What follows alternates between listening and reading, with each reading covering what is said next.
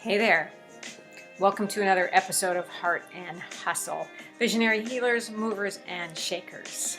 I am your host, Paulette Rees-Denis, here to bring you magic makers from around the globe, people who are creating change, who have small businesses, large businesses, hobbies, but they are creating the life of their dreams. And that, my friends, is what living is all about.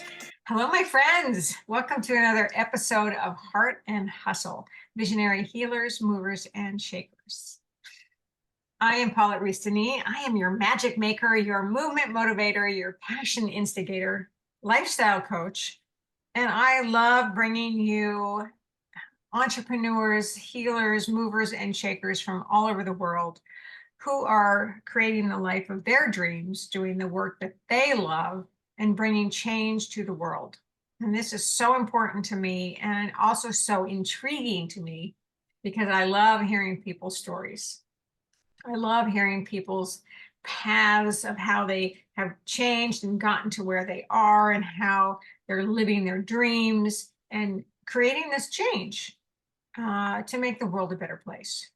And that's so good. And so today I'm really excited to bring you Eugenia Oganova from Maine. She's over across the country from me. And Eugenia, welcome. Thank you so much for having me here, Paulette. I'm very excited for our I'm chat. so excited to be here. Eugenia does lots of things too, just like so many of us, multi-passionate, creative healers and movers and shakers. And we're going to talk a little bit about money consciousness today. But Eugenia, can you just tell us what are you bringing to the world?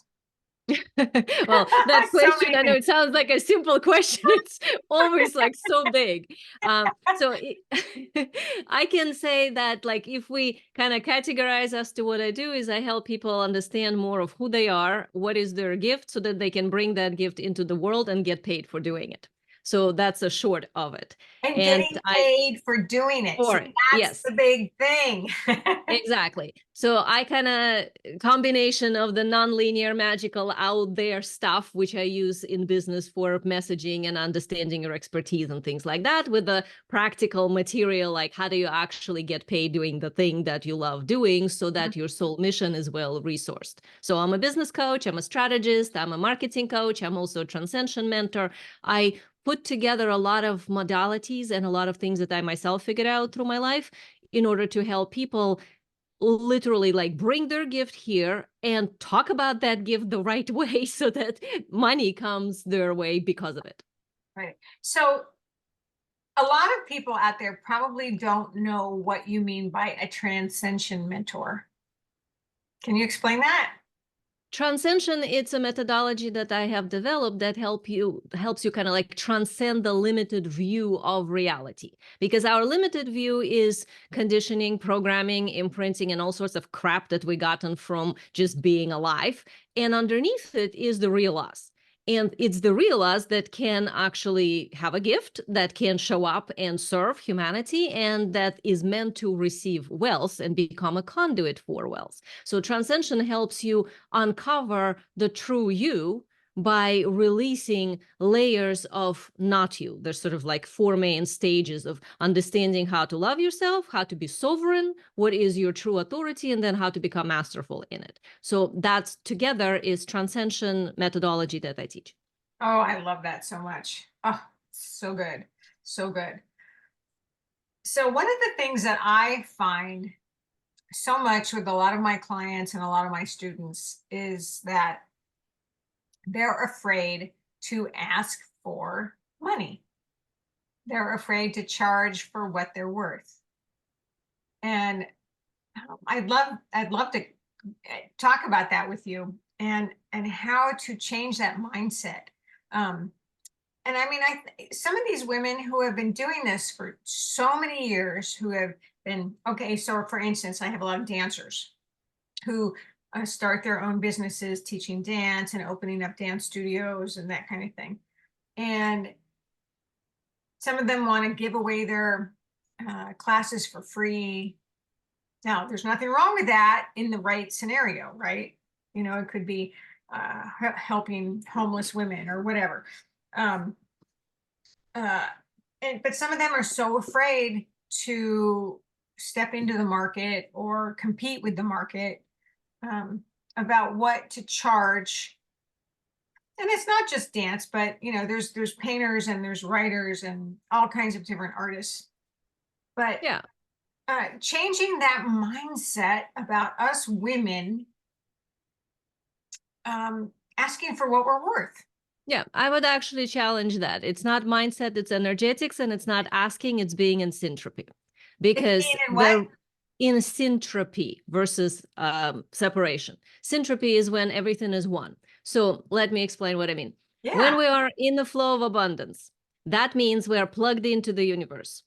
That means you come here with something to offer humanity, and then humanity is the conduit through which money or resources flow to you to continue offering the thing you came here with. That is a syntropic flow. When you do that, there is absolutely no asking for money. There is just, this is what I give, this is what you give me, because this is our exchange of energy in order for Yeah. this gift to be in the world and for you to receive the benefit of the gift that I have. Right. All right. People out there, did you hear that? That was So this whole fear about, but how do I charge more? How do I ask more? That's a total BS programming that we all got imprinted with, but none of that is true, because if you truly doing the thing that's in your soul, if you came here with your gift, if this is the thing that you meant to deliver, well, God is kind of like already put it in you, right? Universe is a very efficient place. If you have that, it's for somebody. So there's somebody who also universe will bring to you to give you money for it. The issue is, do you choose to receive? It's not about how do I ask for money, is how do I allow myself to receive based on my true worthiness versus whatever my crappy programming says I'm worth. And that's so good. I mean, there's definitely an art to asking, but there's such an art in allowing. Right. And the sales process, like what you're calling asking, it's actually like in my world, we call it sales, but sales could be done in a masculine way, which is like buy my stuff, versus the feminine way, as in I'm going to show you where we can go together on this transformational journey. And then you are going to come to me and ask me to go on that journey with me as your guide. So then selling becomes a very different process. Instead of chasing after clients, we attract clients instead of making clients buy or convincing and all this other masculine stuff that unfortunately has been marketing world has been inundated with. Instead, we go into the upliftment journey of bringing somebody to their aspirational identity, like helping somebody to see what is possible for them, what they might be capable of, what they envision, and then validating that attracts people, because then you become an energy vortex. That's the wealth Absolutely. You become a energetics that I magnet. teach. Yes. Exactly. You become the energy vortex, and then, imagine if you apply an actual marketing strategy behind that so that it works. Like you have funnels, you have lists, you know how to send email, you have an opt-in page. Like if you have that masculine piece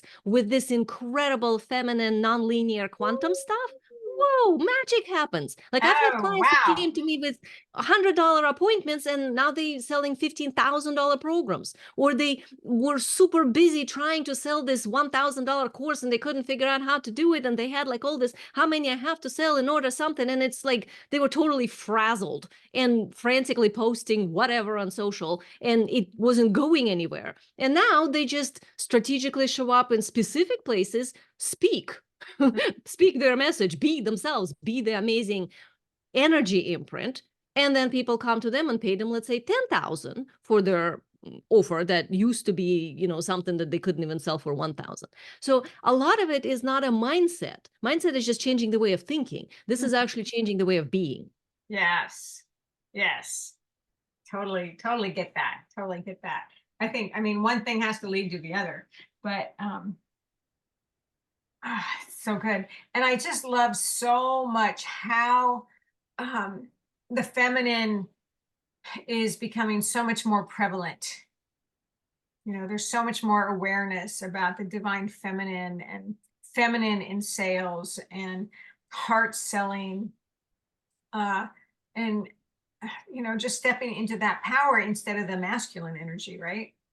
Well, and in my world, two of them come together because at least that's how I see reality, that it has two sides. We do live in a world that's dualistic, but that duality could be divisive or it could be actually unifying and uplifting. And it's up to us how we utilize it because we are the ones who give meaning to things. We're meaning making machines. So we can give something positive Maybe meaning or a making machines. yeah, I mean, literally, we determine what our experience is like, right? So you can say that you need to have a strategy that, like all strategy as in step-by-step processes, like optimization, all of that, that's masculine, that's linear thinking. You do need to have that or you don't have a business. Like Right. literally, you cannot just meditate Yes. and hope and wish and somehow like assume it will all drop on your lap. No, you got to have the structures.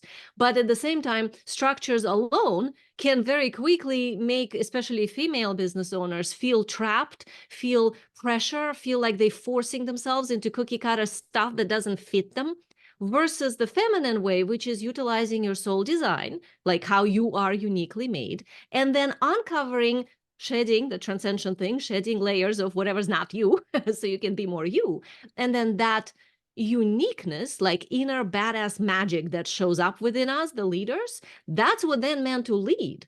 From that place, it's much more about energetics and contributing, serving, but then also receiving. Because if you're serving more, like you're heavy on a serving side, but not so good with the receiving, you're actually not in the abundance flow. I know a lot of times people think like, well, but I'm being a good person. I'm giving, giving, giving. And then one day somehow it's going to get to me. And it's like, no, you're actually in scarcity. You're just in scarcity in a way that to you looks better than somebody who's taking, taking, taking and, doesn't have any problem not serving. So either way, it's still lopsided.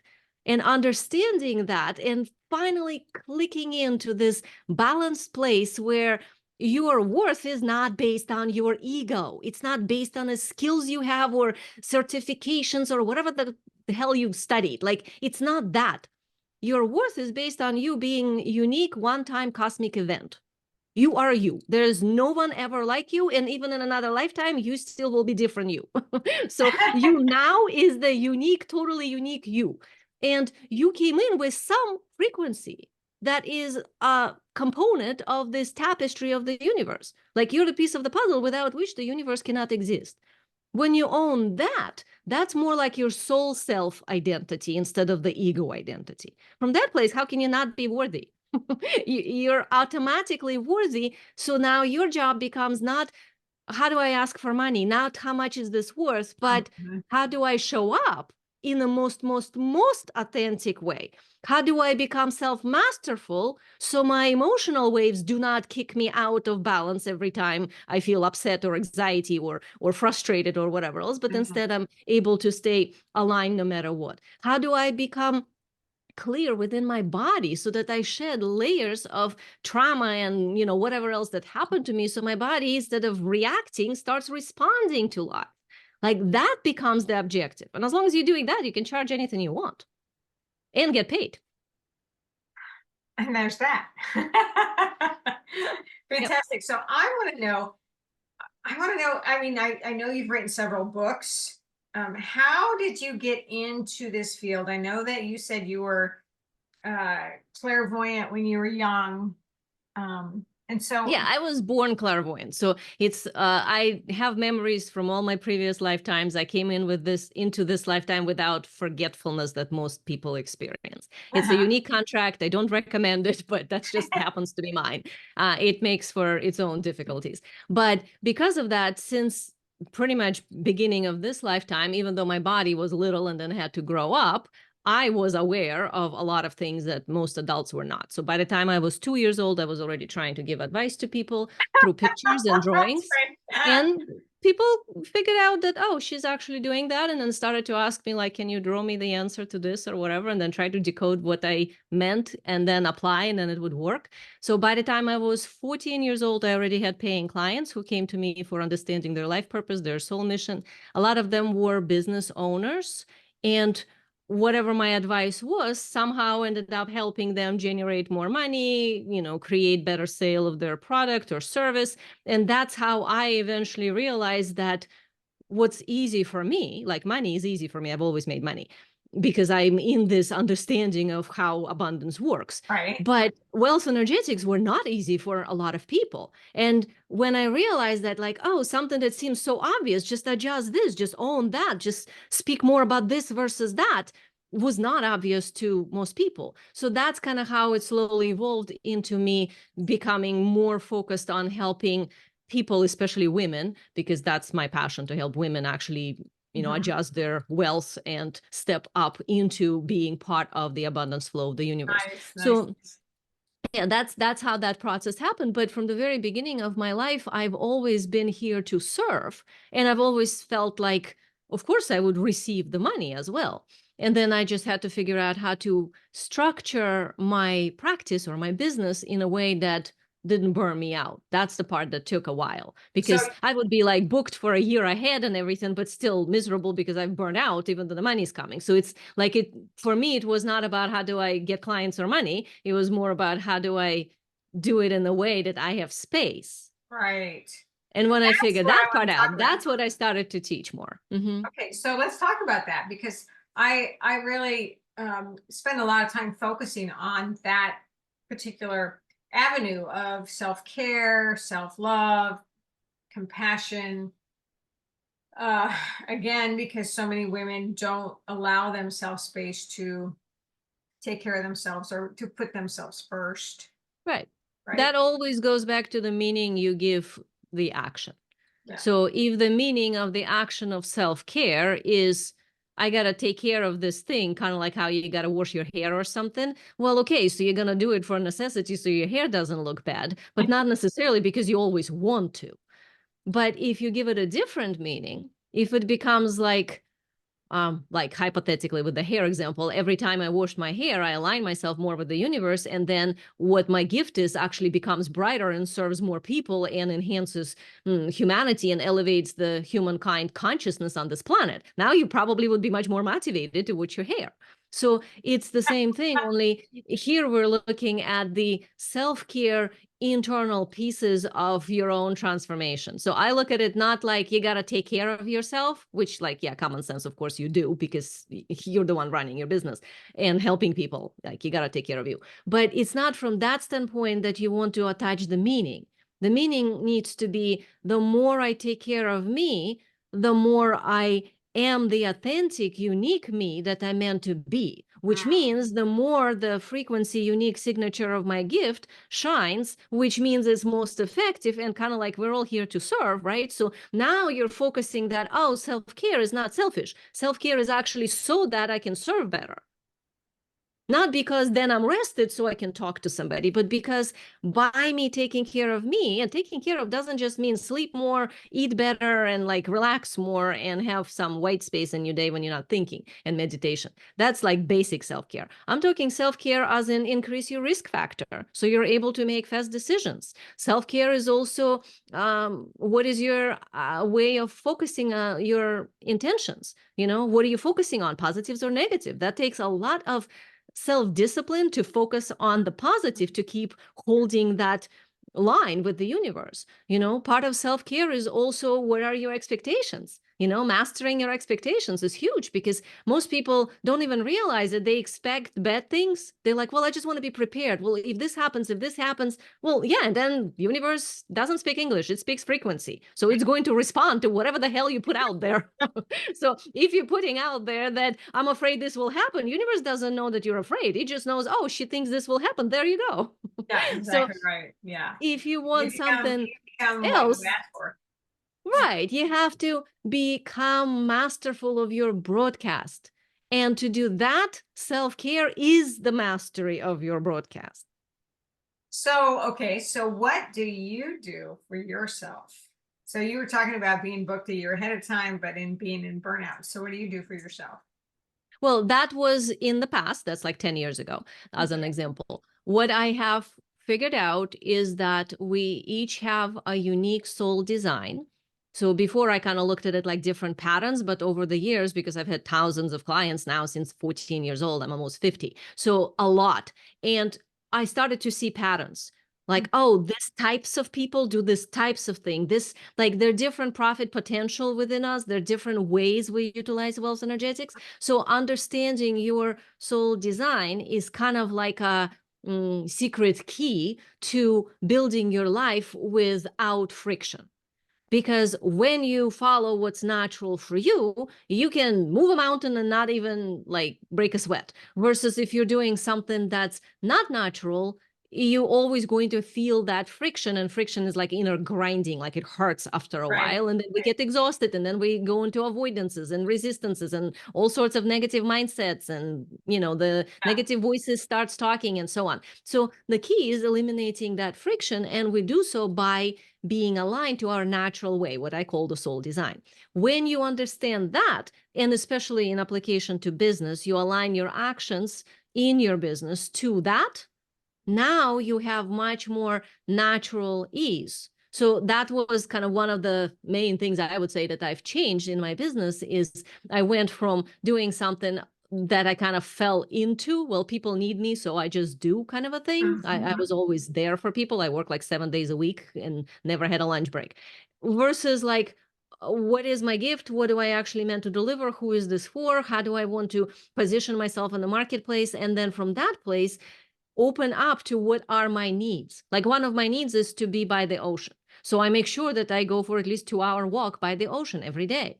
Another of my need is to commune with the nonlinear reality. So at least 1 hour a day, I sit in a silence and do my own thing, which is some people call meditation, but to me, it's something a little bit deeper, but it's that.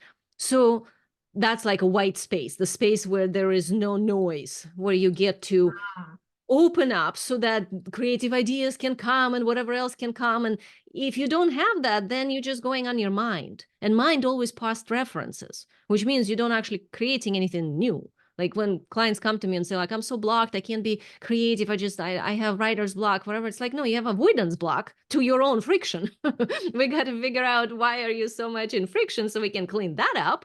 And then suddenly, like, all these ideas come and this and that and that. So everybody has their own thing. Some people need to work out. Some people need to do something that's taking care of them that involves other people, like they require to socialize and talk with others and celebrate kind of this community thing. I'm not one of those. I'm a total introvert. Like I'm completely away from people, but that's also my need. I used to force myself to be always around people, thinking that, well, that's what you're supposed to do.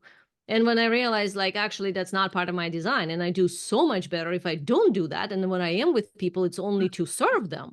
My service went up much further up in what I could deliver because I was well rested. So it's like I didn't realize that I'm actually not resting by being around people. And a lot of times we just don't notice these little things like, well, of course, they invited me, I should go because that's polite. Well, is it in alignment with you? Maybe not, or, Maybe well, not. of course yeah, like, of course I'm supposed to, write this email, or maybe like your coach told you to do spontaneous videos because you're a creative person, you're supposed to just spontaneously do videos. Well, that totally works for some people. But again, if there's no business strategy behind it, those videos are a waste of your time and energy. So you want to make sure that you like guiding people somewhere and that it has some purpose for existence in the internet. But let's just say you do that.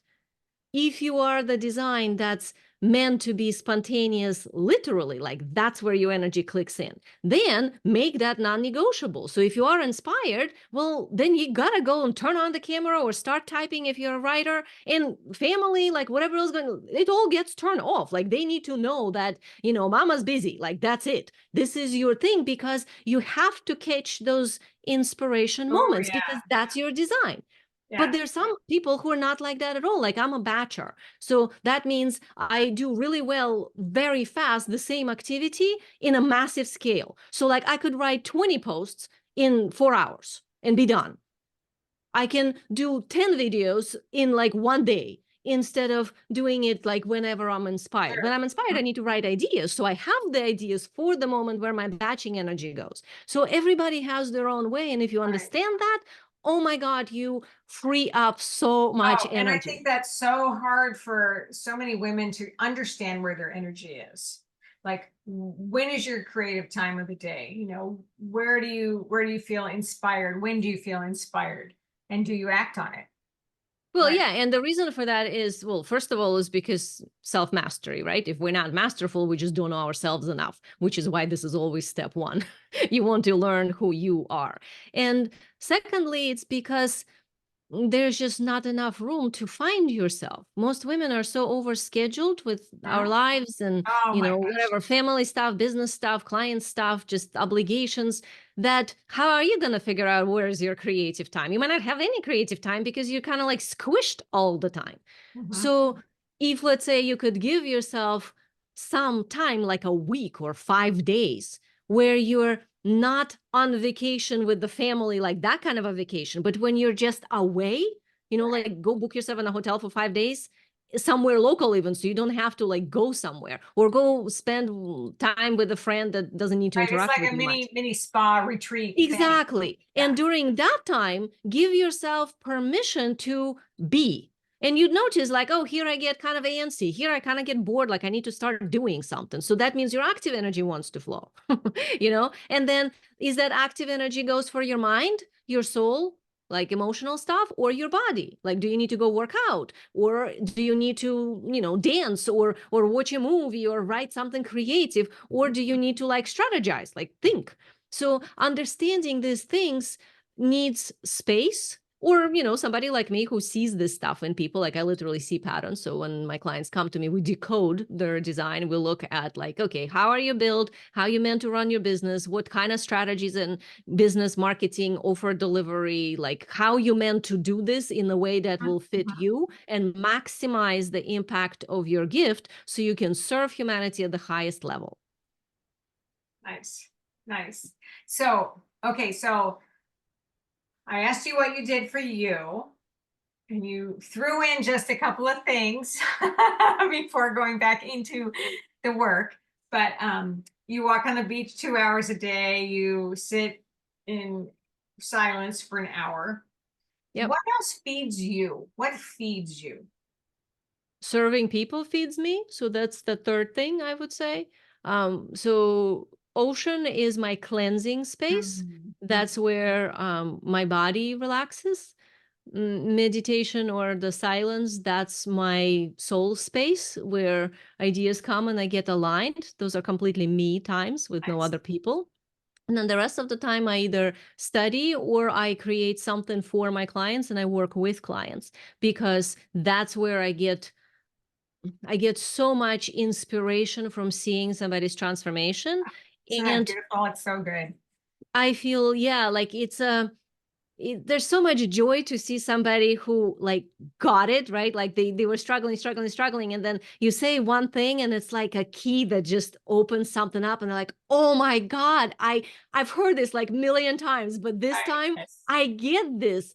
Wow. And that will change their life. And I mean, it's not always even about business. A lot of times it's just life stuff in general, but I always say that the impact of what we do is actually on all the levels, like when you work with your clients, I'm sure it's not just like one thing that your skill is connected to, right? It's everything. So it's timeless. Right. And to me, that's the part that gets me really excited. That's what I remember, like at night before I go to bed, I look for like with a gratitude, like what has happened. And a lot of those things are not necessarily for me personally, because my identity is more like as who I serve. But it's like, oh, this person had this transformation and I said this and I know that it's connected with them. So that's another thing. So what's next for you?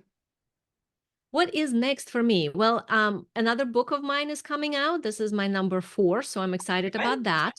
Yay. It's called Wealth by Soul Design. So this is literally like what we're talking about. And it explains my methodology, which is the conscious future method. So this is how you create your future consciously, how you get paid for doing what you're doing, especially if you're already a busy coach and you just kind of like trying to figure out how do I move past 6 figures into something that's actually spacious without having to work even harder than I'm already working. So that's a book for you. It's kind of like shows you how to leverage your unique badass inner magic Good. for Perfect. something that's actually going to elevate you to the next level. And that's been a really fun project. I wrote that in 2 weeks. It just kind of downloaded. Then it took, Love 9 months that. to Yeah, it's so to good. edit, publish, and everything. But like the actual download. And the same actually happened with my other books too, especially the first one, Mission Alpha. That's like a manual for human consciousness, like how you're built. Like if you want to understand yourself, we were talking here earlier about the transcension and understanding how to transcend, like how to move beyond all the stuff within you that's not yours. Well, that also means you need to understand your chakra system a little bit, your energetics a little bit. You need to understand sort of in relating to other people, what's happening with you and why. So that book kind of explains all of that. So that's my first Mission Alpha. That one I also downloaded in 1 week. It just came out of me Wow, all that's at once. great. That's great. Yeah, that's kind of how I know. Like you ask me, how do I get recharge, or like what do I love to do? That's like my unique blend of services when I'm able to pull in from the nonlinear Wow. something that I know is going to help here. But the way my brain is made this lifetime is that I'm able to pull in really complex structure and kind of like all at once. So that's it's not about figuring out. It's just sort of about aligning, clicking in, and there it is for me. So that's what's new for me. That's a nice next step that fits into a lot of things that I'm already teaching. Nice. Good. Oh, it's beautiful. Beautiful. Well, I can't wait for your next book. And I have 4 books out too. I'm working on my next one. Slowly. No, it's not coming down in a week. But that's all right. That's all right.